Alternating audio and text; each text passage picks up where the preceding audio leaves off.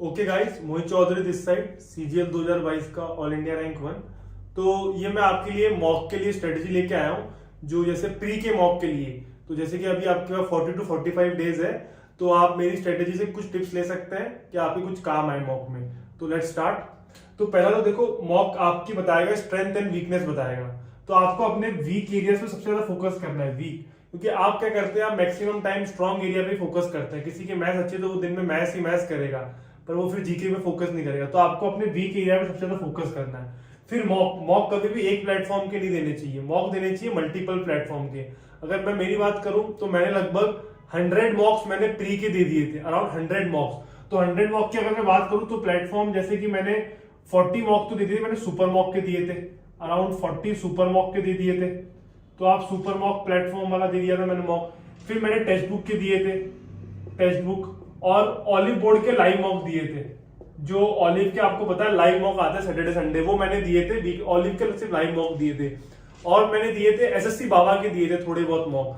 तो अराउंड आपके पास 3-4 प्लेटफॉर्म तो देखो आपको इस्तेमाल करने पड़ेंगे, क्योंकि क्या है, एक प्लेटफॉर्म से फिर आपका माइंड एक ही तरह चलता है। तो कोशिश करें कि 3-4 प्लेटफॉर्म आप यूज कर रहे हो मॉक के लिए। और कभी भी मॉक में टारगेट मत सेट करना। पहले मेरी भी गलती थी कि एक टारगेट सेट करते थे। तो टारगेट सेट से क्या होता है, गलती से आपका स्कोर कम आएगा ना, तो आपका डिमोटिवेशन आएगा आपके अंदर कि आपका स्कोर नहीं बढ़ा। तो नेवर सेट टारगेट, अपना जितना आपको आता है उतना अपना बेस्ट दे। You have to just give your best, बस इससे ज्यादा कुछ नहीं कर सकते आप। और एक मॉक के लिए एक सेपरेट कॉपी जरूर मेंटेन करें, ये मस्ट है। इस सेपरेट कॉपी मेंटेन करनी है आपको हर सब्जेक्ट के लिए, लाइक मैथ्स की अलग, इंग्लिश की अलग, रीजनिंग की अलग और जीके की अलग। उससे क्या होगा, आपको ग्रेजुअल इंप्रूवमेंट दिखेगी आराम से महीने 1.5 महीने बाद, और ये आपकी बहुत फायदेमंद होगी। और ये भी है कि जितनी मेहनत आप प्री में कर लेंगे ना, प्री के मॉक में, जब आप मेंस के मॉक लगाना स्टार्ट करेंगे आफ्टर प्री, तो सीधा आपका स्कोर डबल होगा। ये आप नोट कर लीजिएगा कि तो आपको अभी पूरा अपनी मेहनत करनी है बेस्ट। तो अब देखो अटेम्प्ट कैसे करना होता है मॉक में। अटेम्प्ट तो पहले मैं अपना बता रहा हूं कि मैं किस तरह सेक्शन को अटेम्प्ट करता था।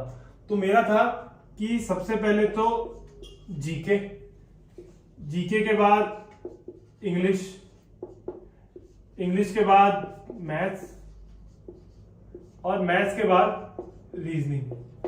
तो ये कोई देखो आइडियल नहीं है कि इसी को फॉलो करना है, सबका अपना अपना। अगर कोई पहले से मॉक में सेट हो चुका है कि वो पहले मैथ्स करता है, तो उसी को फॉलो करे, इसको फॉलो ना करे। पर ये आप एक देख सकते हैं इसको इस्तेमाल करके। देखो जीके में अराउंड में देता था 3 to 4 मिनट्स जीके में, इंग्लिश में दे दिए अराउंड 7 to 8 मिनट्स, और मैथ्स में दे दिए अराउंड 20 to 23 मिनट्स। इतना टाइम जाता था मेरा। और रीजनिंग को तो आप बिलो 20 मिनट्स के अंदर आप इजीली खत्म कर सकते हैं। तो इस तरह इतना टाइम अलॉट तो आपको करना चाहिए। इससे कम कर रहे हैं तो बहुत बढ़िया बात है, पर इससे ज्यादा मत करना। तो इतना टाइम अलॉट करें। फिर इसके बाद जब आपके पास लास्ट में टाइम बचता है, अराउंड 5 to 10 मिनट्स बचेंगे, तो उससे आप जो आपके क्वेश्चन रिमेनिंग है उनको भी आप एक बार देख सकते हैं, रिव्यू कर सकते हैं और करेक्ट कर सकते हैं। तो ये रहेगा कि आप इस तरह फॉलो कर सकते हैं, ठीक है।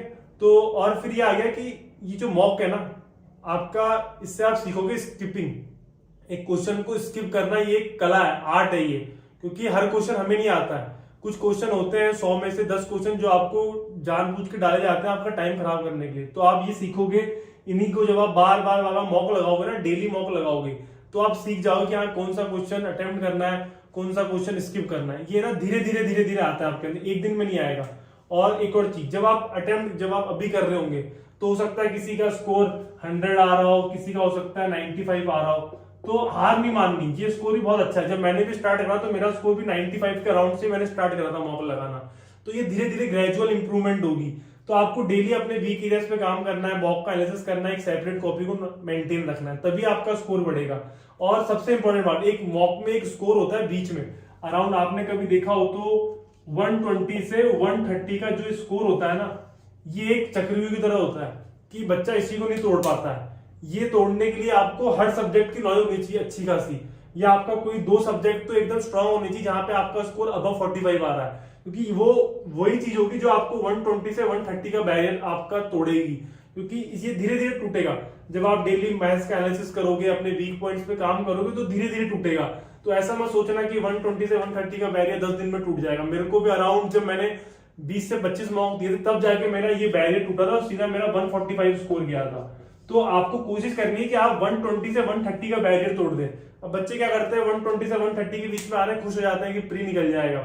अरे प्री निकालना गेम नहीं है, गेम है मेंस। मेंस में निकालना सबसे ज्यादा इंपॉर्टेंट है।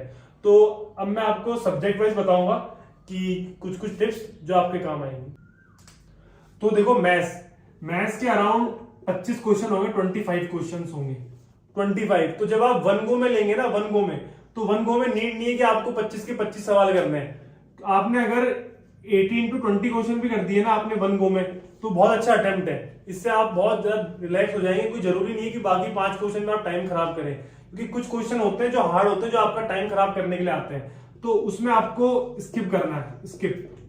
तो स्किपिंग ये आपको चाहिए।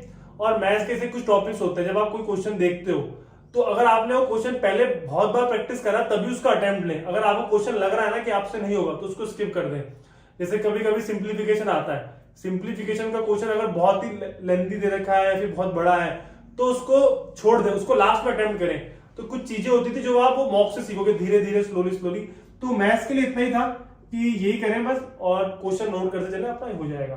फिर है इंग्लिश में भी अराउंड 25 क्वेश्चन है।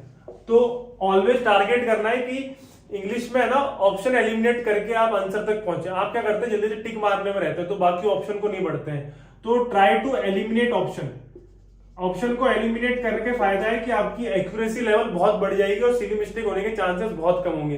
तो कोशिश करें कि इंग्लिश के अंदर पहले ग्रामर के क्वेश्चन आराम से कर ले आप, ग्रामर, वोकैब, और जो अनसीन पैसेज आते हैं, अनसीन पैसेज को अटेम्प्ट कर ले जल्दी जल्दी। पर जो पीक्यूआरएस के क्वेश्चन होते हैं ना, पीक्यूआरएस के आपने देखे होंगे, जो पीक्यूआरएस के क्वेश्चन आते हैं खास तौर पे, इसको कोशिश करें कि लास्ट में अटेम्प्ट करें। थोड़ा जब आपका माइंड एकदम रिलैक्स हो जाए, तो बाद में अटेम्प्ट करेंगे तो आप इजीली अटेम्प्ट कर जाएंगे, क्योंकि ये भी इनमें टाइम लगता है, इनमें ढूंढना पड़ता है, अरेंज करना पड़ता है। लाइक इस बार मेंस में आया, थोड़ा टाइम टेकिंग थे वो पीक्यूआरएस, तो थोड़ा टाइम लगेगा, क्योंकि प्री को सिर्फ क्वालिफाई करना है। तो इतना मत भागना है इनके पीछे, इंग्लिश में इतना ही करना है बस, इससे ज्यादा कुछ नहीं करना। देखो अब जीके में क्या है, जीके में अराउंड 25 क्वेश्चन है। तो अगर किसी की अच्छी तैयारी होगी ना, किसी की जो अच्छे से तैयारी कर रखी है, वो आराम से उसको है ना 15 क्वेश्चन आते होंगे, 15 क्वेश्चन तो उसको आते होंगे। जिसने नॉर्मल भी करी है 10 क्वेश्चन तो वो भी कर लेगा। तो ये आपको वन गो में अटेम्प्ट कर लेना है। जितने आपसे बने अराउंड 15 क्वेश्चन बने, तो उनको वन गो में अटेम्प्ट कर दे, फिर नेक्स्ट सेक्शन में चल जाए। पर जब आप बाद में आते हैं तो आप क्या करते हैं, आपको लगता है कि आपको जीके में सिर्फ 15 क्वेश्चन आते थे, 10 से आते थे, आप बाकी क्वेश्चन को देखते भी नहीं है।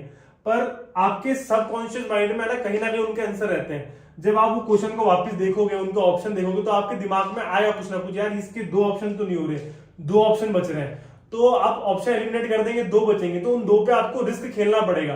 तो ये रिस्क टेकिंग फैक्टर कहां से आएगा, जब आप मॉक दोगे, मॉक में आपका गेस वर्क डेवलप होगा, तो ये धीरे धीरे अटेम्प्ट बढ़ेगा। वन गो में 15 है, अगली बार करोगे, अगले गो में, सेकंड गो में तो 20 हो जाएंगे, फिर वापस से गो थ्रू करोगे तो 22 से 23 हो जाएंगे।